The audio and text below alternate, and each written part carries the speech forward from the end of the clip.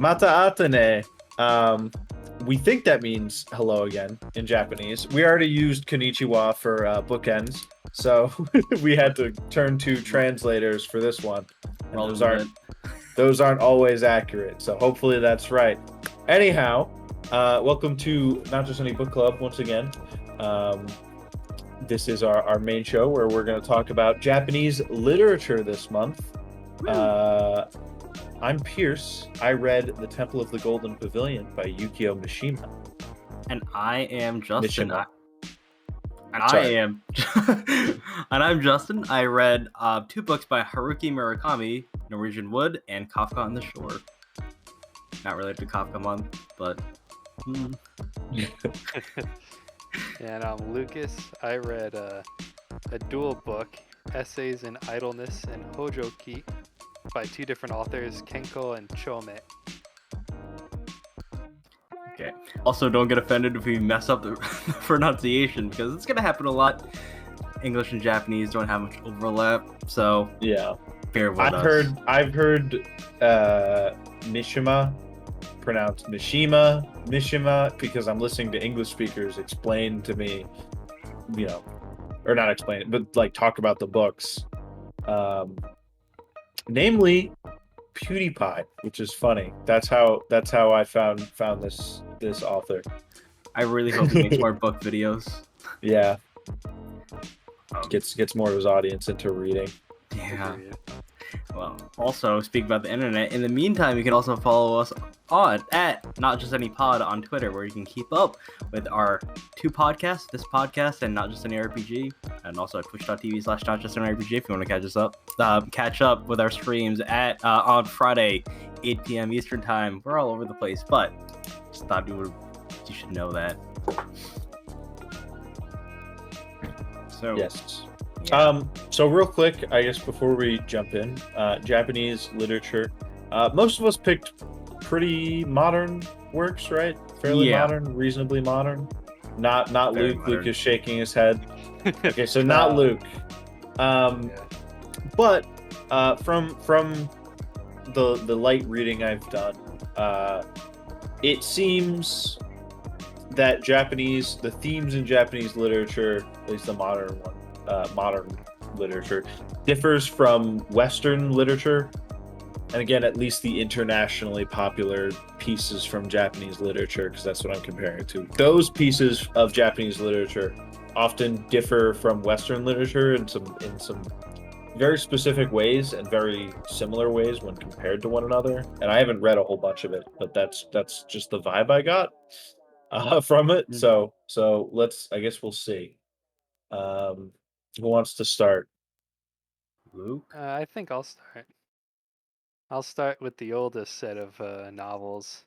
Yeah, I was just looking at the dates here. So, Hojoki, the author who wrote that, Kamo no Chome, was alive from 1155 to 1216. Whoa. Yeah, it's these are not modern by any stretch of the imagination. Right, and then Yoshida Kenko, who wrote Essays in Idleness, was 1283 to 1352. So these guys have been dead for a while. I think I'm going to start with the one I liked the least out of the 2, which was Essays in Idleness. And that was, again, by Yoshida Kenko. Both of these guys were poets and priests, right? But not, Catholic, Christian priests. Were they Buddhists? Were Buddhist. Yeah, the Japanese denomination of Buddhism. I forget exactly what that was, but they were both poets and priests, as was popular in this era. I believe it's Zen Buddhism, because if I'm not mistaken, the main character of my book is a Zen Buddhist. Huh. Maybe Zen, maybe Shinto Buddhism. I don't remember exactly, but that's Shinto, I believe, is a mythology in. I mean, maybe there was a branch of Shintoism and Buddhism that coincided, but I believe Shintoism was like a mythology in Japan. As a polytheistic religion. Anyway, sorry. No, you're all good. Yeah, that's a whole Wikipedia article that's going to take me too long to really figure it out. But lo and behold, their Buddhist their Buddhist beliefs are by far like the main focusing point of both little short stories. So Essays in Idleness is what I'm going to start off with, and it's legit just like 200 different passing thoughts that this author had, 243 different passing thoughts that Yoshida Kenko had. Um, just the observations that he's had over, I think the person said it took about like a decade to 13 years or something for this to be made. And he was a like a court Buddhist, and a big thing in Buddhism that people talk about is like giving up worldly possessions and that kind of thing. He was a bit different from the other author I'll talk about in a minute, where he was a court um, priest. While he did give up most, possessions, he took the his like sacred oaths and stuff. He had a bit of a different view where he got a bit more out of life than these other Buddhist guys who give up everything and live in a hut somewhere out in the woods. And he had a bit more worldly pleasure in him. He enjoyed his art. He was a poet. He played his instruments too. And Based. so he has a bit of a different perspective than you see. And some of these thoughts are like 2 sentences long, like number 127, I'll read out loud. If nothing will be gained by changing something, it is better not to do so. Like, that's a fortune cookie saying. Some of these are like a page and a half. Some of these are just him complaining about stuff he doesn't like. Some of these have like, or feel like they have deep philosophical meaning that I don't really get. But all in all, I didn't really like it too much. It just seemed kind of like his passing thoughts weren't that interesting to me. They Mm. could be insightful. Maybe I just wasn't picking up on it. But then, like, I'd read this long thing where he goes into deep philosophical musings, and then the next part he just complains about something for like the entire thing, and then we move on. I wasn't really feeling it that much. I don't Do you really think? want to talk about it too much at all. Well, okay. Well, or Ask should me we a go on my question question? though. Okay. Well, do you think you not getting it is a result of you just not like from being a different part of the culture, different time, or just because like it was just being very banal about like everything? I'm It was just sure it was all three. okay. It's considered a great Japanese literary classic, right? So I'm clearly missing something here. Mm. But yeah, I'm gonna guess it's some combination of the three. It's not really my whole vibe. Was this guy's specific brand of Buddhism, or what he was how he was living, what he was thinking about. None of it really resonated with me. And the age is weird, and the translation might be weird. There was like 200 different notes. Wait, my bad. I grossly underestimated that. There's 468 notes Mm. of stuff to talk about, because he kept talking about specific things that happened while he was alive. And so I just like kept going back, reading notes, trying to figure out the Eastern Gate on this side of the city burned down. That's terrible. And everything uh, has its own name. It's like, it won't tell you that the Eastern Gate went down. It was like the special gate of the rising sun burned down or something. You're like, oh no, that sounds important, but it was just like the Eastern Gate of the city. I will say real quick while you were going over it, I did look up Shintoism. It's Okay. not technically a mythology yet because people still follow it. So it's just a polytheistic religion, but it is not like Christianity is very exclusivist. Like if you're a Christian, most of the time you're just a Christian, no matter what part of the world you're from and what religions are around you. But with Shintoism, it's not that. So Buddhist and Shintoist communities have kind of commingled for so long that it some people say it's very hard to tell to the two apart in Japan specifically. Um, Interesting. it become their own kind of like mixed religion. essentially. That's Gotcha. And here's one other thing that I want to mention up. According to the Wikipedia page, around the time of these practicing Buddhists, it wasn't altogether unheard of to mix like Shinto deities into the current Buddhist practices, into the Buddhist teachings. So those two kind of did actually get blended a little bit too. So it was blended all the way back to this time as well. Yeah, Okay. yeah, but it's like had a resurgence around um, when these authors were alive. I see. Okay. It's interesting. And so, yeah, that's Essays in Idleness. That was also the majority of this little book. It's not super big. But what I really liked was Hojoki, which was also super short. Had to have been like 10, 20 pages. Yeah, 18 pages. But that was great. Let me give you a little bit of background on the author. So he was like born into a Buddhist family. His father was like the head priest of some shrine, a fairly important position. And then I forget exactly what happened, but due to some unfortunate mishaps in his life or whatever, he wasn't able to become the head of that shrine where he would have been like, set for life doing the Buddhist thing. So he spent his young life doing poetry, being a priest, as both authors tended to do. And then he had another opportunity from the emperor at the time to go be the head of a different shrine, and that fell through because the head of that shrine was like, "No, I want my son to be the new head after I pass." And so the emperor was like, "Oh, okay, yeah, I'll respect that."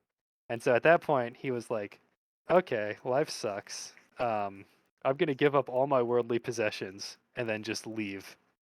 So he gave up everything he owned and then moved to a mountainside. And so this like entire 20-page little story is about his life as he lived by himself on the side of a mountain in like a little house that he built for himself. And so he's just talking about, he spends most of the book talking about how he's like at peace with nature, how everything's nice, how he stopped trying to care about his place in the world. He kind of just plays his instrument, goes to find food, Hmm. and then it totally did like a 180 on me at the end, where he's like, "Oh, finding content in having nothing is still finding content, and I am not one with the Buddha at all. I'm Ooh. just enjoying the feeling of superiority I have, knowing that I gave up my stuff to go live by myself." And that's kind of how it ends. And I was like, "Damn, that's crazy. I've never heard that like twist on it before." You hear stories about people. It's like, "Oh, I'm gonna get away from it all. I'm gonna go out in the woods and be my own man and do my own thing." Get rid of my And social security card. yeah, exactly. And then he did all that. He did it for like 10 years and he was like 50 in Japan. So he was like old, right? Yeah. Basically the end of his And he life. did it for like a decade. And he Wow. was like, "Actually, yeah, I'm just like I've just been a self-important asshole for 10 years by myself.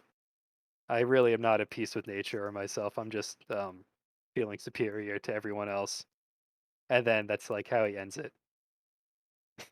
That's honestly pretty cool. Like that he came to realize I'm not doing this for any really truly virtuous reason. I'm just doing it because is he saying he was doing it because it made him feel superior, or he was doing it for a good reason he thought, but it's just ended Yeah. up becoming that he feels superior to everyone else? Definitely more the latter. I don't Okay. think it was that he was feeling superior to everyone else, but I think Mm, that the contentment that he was feeling, like how happy he was with his life, how much he thought he was closer to like the ideal nirvana Buddhist teaching, the mhm. farther he was getting from it.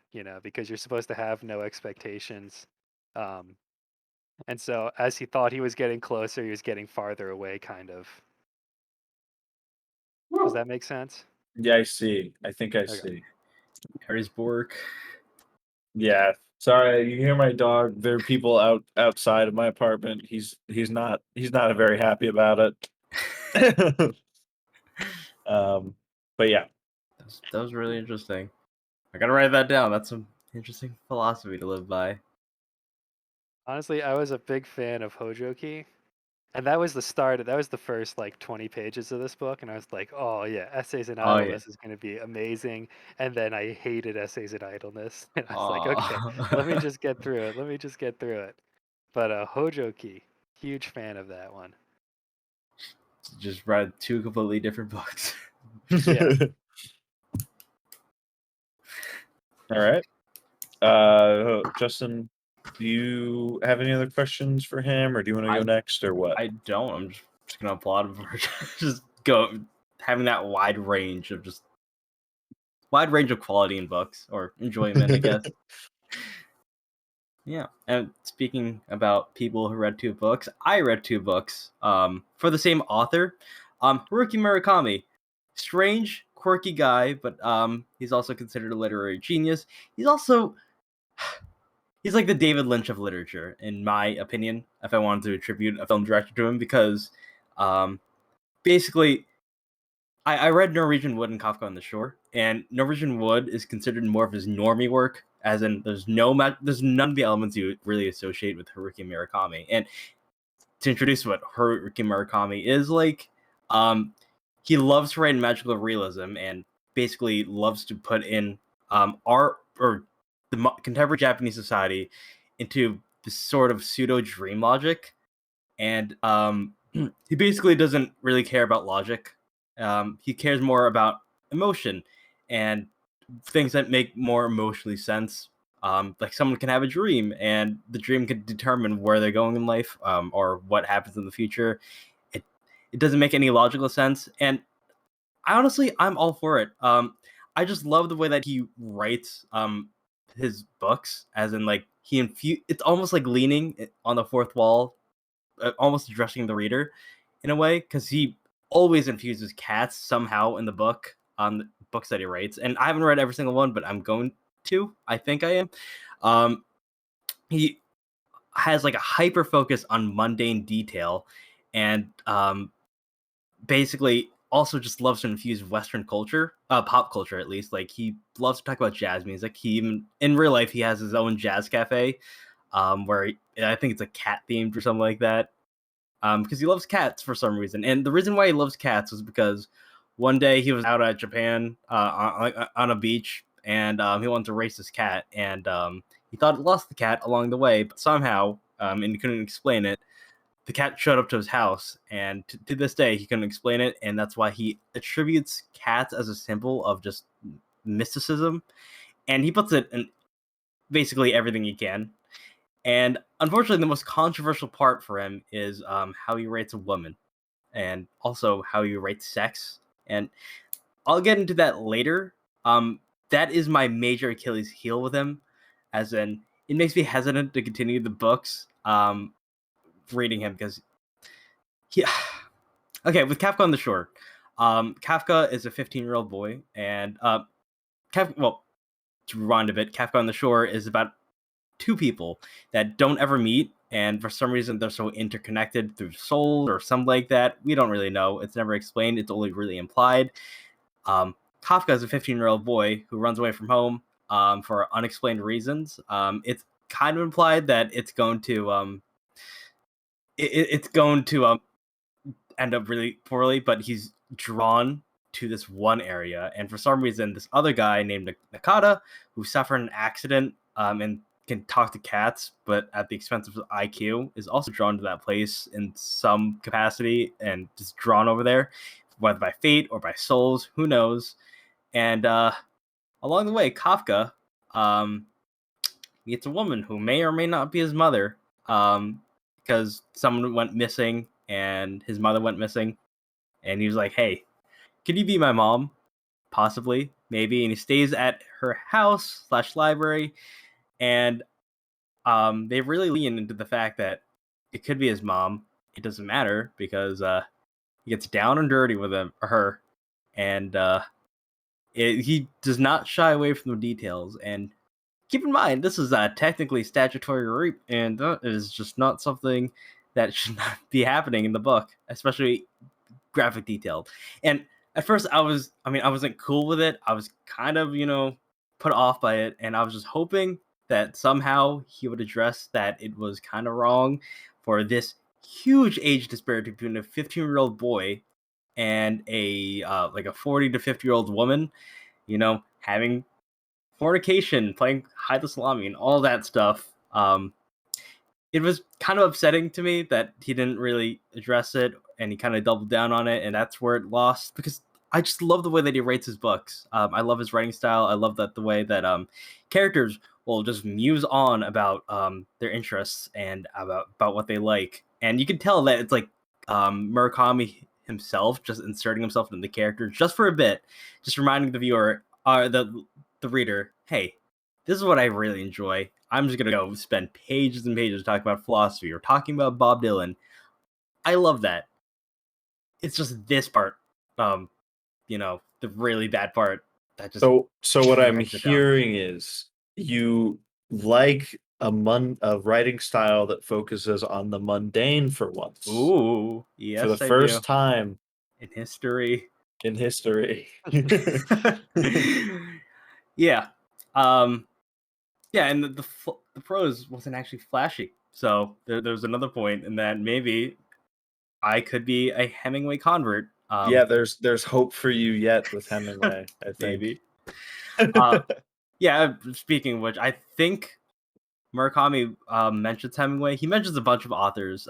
He actually did inspire me to start reading The Great Gatsby again, because in Norwegian Wood, there would be a character that would just the narrator in Norwegian Wood, which I'll get to later. He just talks about how he just randomly loves to pick books from the shelves, loves to read The Great Gatsby, and just flip to a random page and just start reading, and that's the enjoyment. And that's this level of reading I aspire to achieve, because I'm just like, that's a man that really loves reading. I think he wakes up at like 3 a.m. every day and runs at like a 5K, and then spends the rest of his day writing, which is insane to me. And he is a triathlon athlete. He's ripped, and he runs a 5K at the age of 70 every morning. He's wild. Yeah. So I do recommend his books. And the reason why I'm not going super in depth with either the plot of Kafka on the Shore or Norwegian Wood is because there's lots of motifs that he writes about that you can kind of tell that are just very similar, to the point they're kind of indifferential from each other. But it's not about like what happens; it's about how it happens, not even why, because he never explains what the why is. Things sort of happen, and you don't really know why, and it just kind of resonates with you as you try to decipher what's happening. Any interpretation is correct. And it makes for a more fun novel to discuss, because again, you can talk about the author himself and how he puts himself in these characters, which you can discuss what the authorial intent is. You can discuss what he likes, what these symbols mean, and symbols don't necessarily always make sense, but they're always interesting to read about. And yeah, the plot, especially the endings, they don't make sense very much either. And even in Norwegian Wood, even though like this is very subdued from compared to the rest of his body of work, where he doesn't talk about any of the magical surrealistic aspects, you can tell that he kind of wrote it because he would spend like entire pages just dedicated to just talking about very mundane pop culture items, which I'm like, in any other book it would be like a sin to do this, but like he just does not care. He does it, and I love it for that reason. Yeah, so check out Murakami if you just love weird fiction and people talk about Bob Dylan for like 5 pages. Okay, well, that's interesting. Murakami's on my reading list already, because he is the guy from Japan, Yeah, pretty much. apparently Norwegian Wood was like his breakout hit, and he was yeah, in the West at least. Yeah, I've had Norwegian Wood recommended to me like twice now. Not you, but twice besides now. Yeah. Yeah, for some reason he grew really upset with that because I don't know if that was his like least favorite book, but like he basically was like, "Screw you guys, don't like that book, you're not ready for it." Stop enjoying that book. You're Yeah, not allowed. so Murakami, strange guy, but he's super cool. You know who's stranger? Ooh, Yukio Mishima or Mishima. however you pronounce Um, it. however you pronounce it. Uh, he is. I'm not going to go super in depth on his life because I think it's interesting and people should read it for themselves if they're interested. Um, if they decide after this that they want to um, go ahead and read him. Um, but Mishima, he was well. So he is an author. He almost won a the like um what's it called? The award, the award that authors win. Um, Nobel Prize for Literature. it wasn't. I think it was it a Pulitzer? Or is that just for journalists? Nah, Pulitzers have more than just journalism. I believe he it was like him and somebody else. They were both up for like a Pulitzer, and they were going to be the first Japanese author to win a Pulitzer. Um, and then they gave it to the other person because they were older. And they were like, "Oh, Mishima's very young at this point. He'll have a chance to win another one probably if he keeps writing as good as he has been, or as well as he has been." And then he tried to lead a reactionary revolt against the Japanese government and then committed suicide. So he did not get a chance to. Um, he was an author, he was a bodybuilder, and that I think in itself is very interesting, and you could talk for that about that for a long time. But why did he do all of this? It's because he was very interested in um, the culture of Japan prior to the Meiji Restoration and the industrialization of Japan.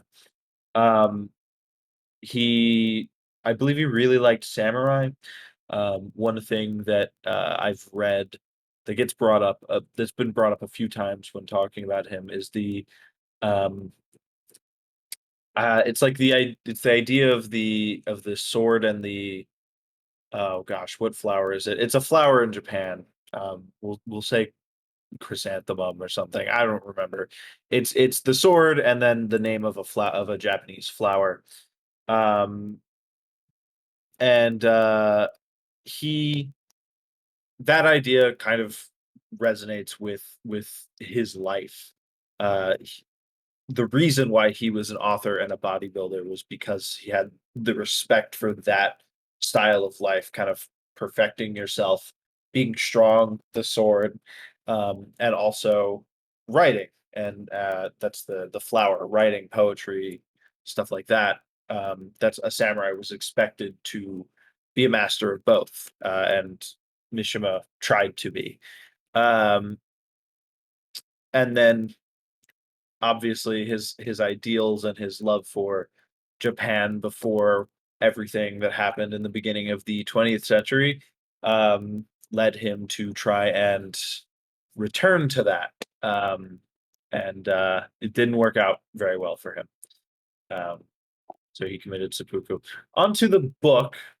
The reason that I feel I have to describe some of that uh, is because a lot of Mishima's books kind of relate to his ideals very strongly. There's a direct correlation between the themes that he writes about and what he thinks about the state of Japan. Um, Specifically, the Temple of the Golden Pavilion is about a young boy who has a father who has tuberculosis.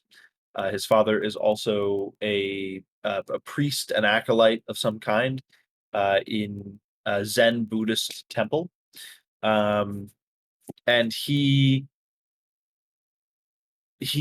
going to school because his parents want him to learn some stuff. But he has like a very trauma filled early life.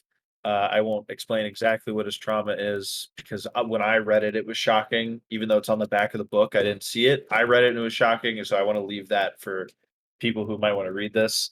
Um, but he has a traumatic experience, and it leads him to develop a stutter, which makes life really hard for him, especially his social life.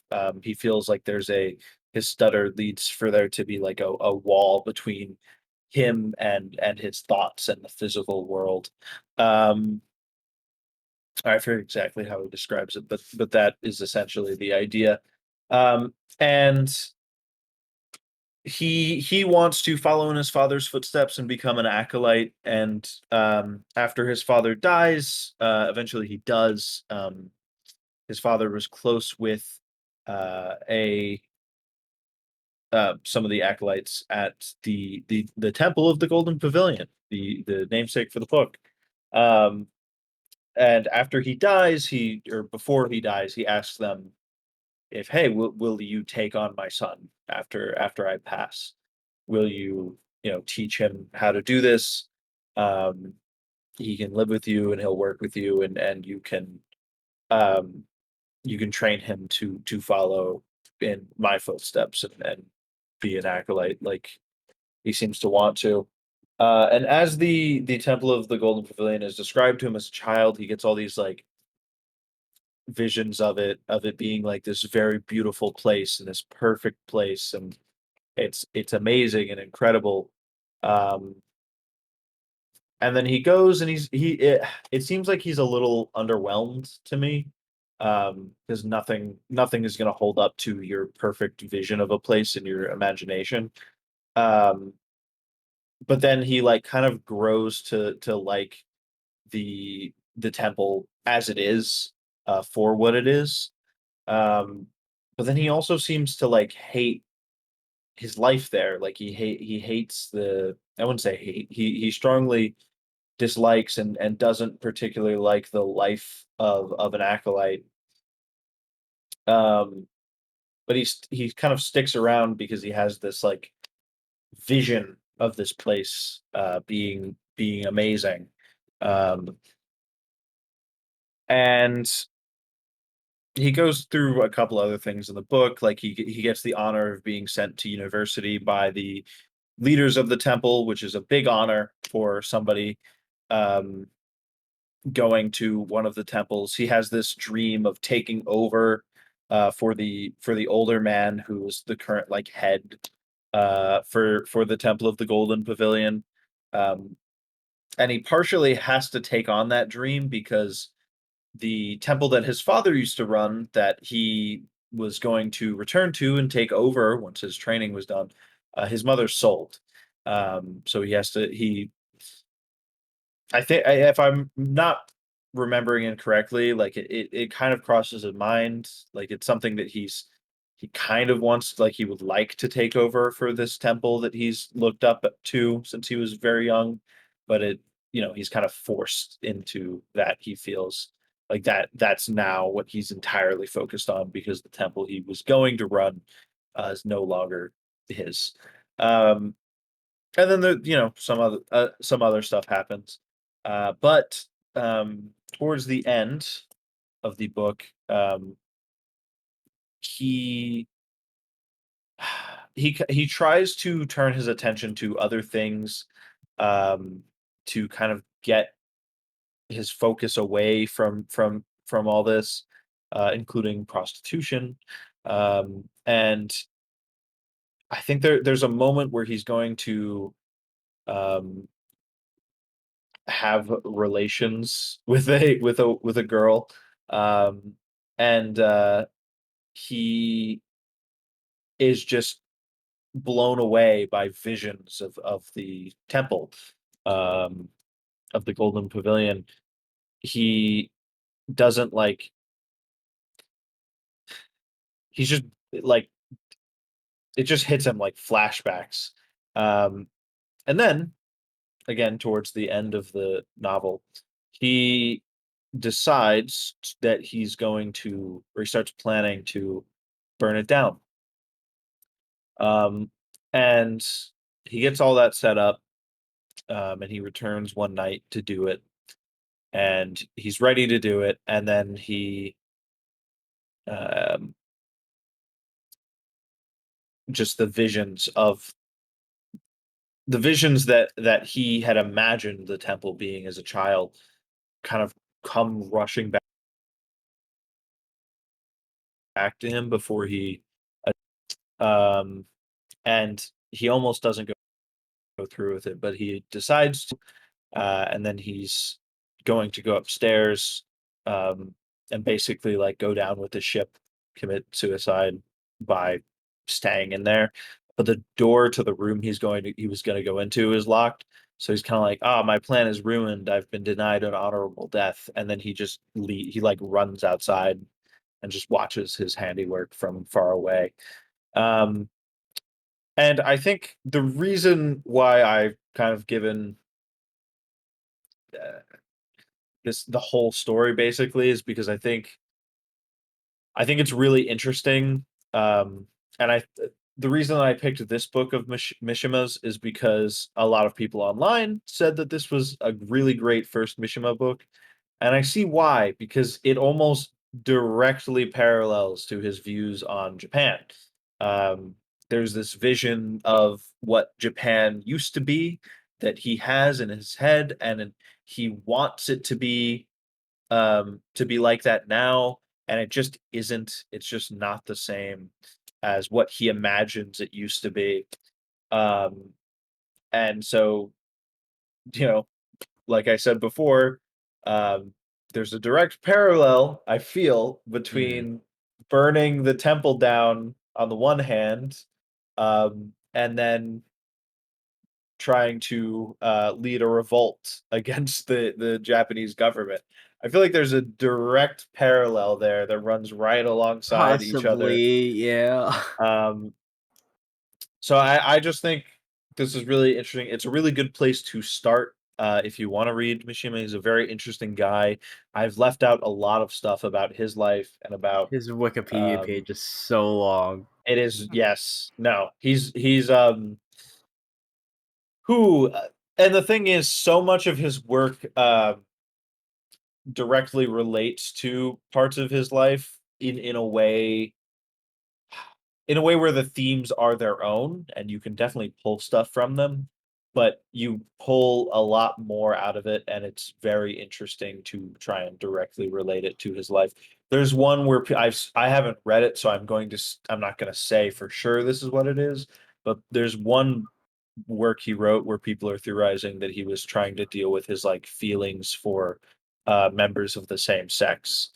He was trying to reconcile that by writing that book. It's called like something something about the mask. Um, Confessions of a Mask. Hmm. Uh, that's a an interpretation of that work that I've seen online, although I haven't read it myself, so I can't verify that. Um, so it's just very interesting to read about this guy and then read his works, which is why I tried to leave a lot of his life up to Mm. you if you would like to read more. Um, so yeah, Yeah. that's basically what I have to say about this Yeah. book. I just find it really interesting how like fiction is influenced by real events or Hmm. by the author himself or the author's life events. Like granted with Mishima, even with Kafka, because he grew up in a life he kind of kind of detested, Yeah, and worked close to bureaucracy, he worked in a bank and he worked for like businesses and stuff. and then he Um, vented through literature. yeah, that he vented about it. Yeah.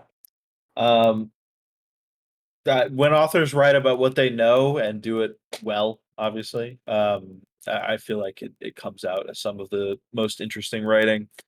One thing that I did notice when I was researching what book I was going to read for this month, as well as reading my own book, um, the literature that at least the literature that's popular internationally from Japan, um, seems to have protagonists that do things, and we're supposed to still root for them, that I feel Western protagonists necessarily do most of the time. At least not in my experience in reading. Like there's a kind of more. It felt like when I was reading about, again, I haven't, this is the only Japanese book I've read, but when I was reading about other ones, it felt like there was a lot of treading on, um, I guess for lack of a better word, some the protagonists would engage in some kind of degeneracy or what would be viewed as degeneracy in Japan. Um, Mm. and we're supposed to root for them to get out of it or um, it's supposed to reveal something greater. Um, take this with a grain of salt because this is the only thing I've read from it. I think in this book he kind of does that as well. There's a point where um, an American soldier, because this is right after World War II, an American soldier tells the main character to step on a prostitute's stomach um, that the soldier had brought to the temple, and he does it partially because he's just like scared and like he doesn't know like the soldier's acting aggressive. But then when he starts doing it, he starts to like enjoy it Oh. weirdly. Um, and then he later finds out that uh, that woman was pregnant and that he had killed the baby in doing that. And then he kind of grapples with the idea of like, do I feel guilty about this? Like, should I come forward regardless of if I feel guilty or not? Like, and it's interesting because obviously this is our protagonist. It's not a perfect person. I don't think we're supposed to buy into everything that they do, but um, it's our protagonist, and I feel like most protagonists you're supposed to root for, and in some capacity, if you know what I mean. Yeah. Wow. Yeah. Didn't expect that. Well, I know. Listen, I know. It's heavy. It's heavy. It's heavy, and I just think it's something. It's something to bring up because from reading a lot of summaries of different works from Japan, at least internationally popular works from Japan. Um, it seems to get heavy, like a lot heavier than I feel I get from the majority of Western literature. Um, maybe that's just me. Maybe I'm not reading the Western literature that's really heavy. Um, but I'm sure there is some, but the Yeah. most popular Western literature doesn't seem to get as heavy as the most popular literature that comes out of Japan into other countries, if you know what I mean, if that makes Hmm. sense. Yeah. I think it's a difference to mark because it's weird and it's also something that you need to know if you're going to read lots of Japanese literature. That's essentially why I brought it up. Yeah. Yeah. There's a lot of cultural differences, as I found out reading my book. So yeah, like nothing egregiously bad. Because like, all right, Japan.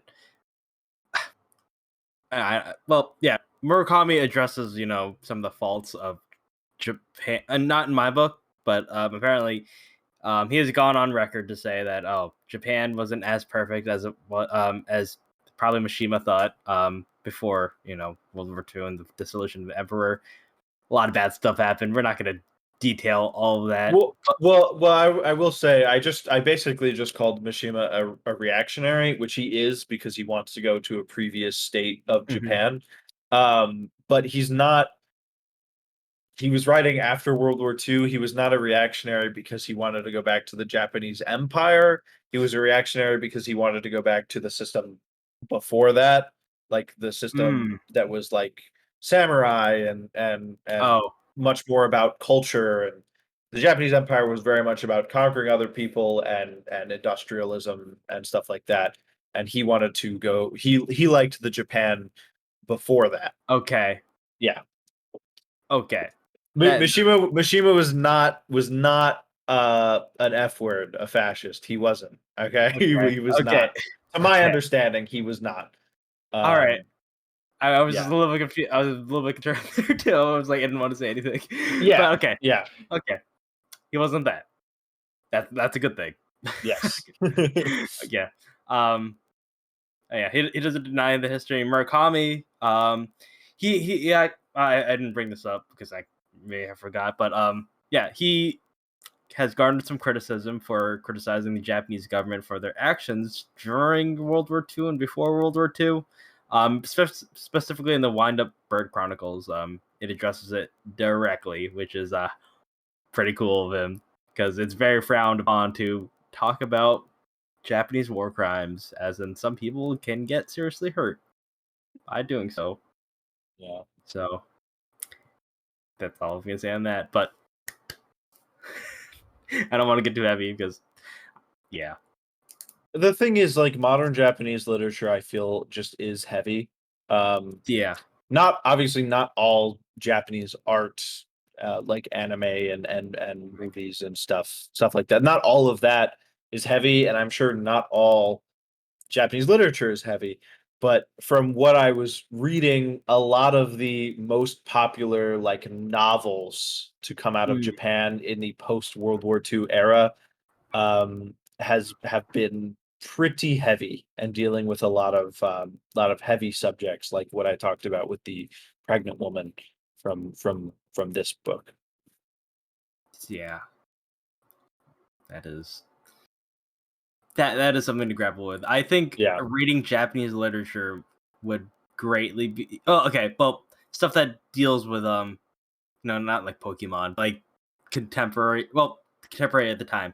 It would be augmented if you knew the history of it. Don't go in completely blind. At least look up some stuff about Japanese culture and history. I think it'll greatly enhance your experience.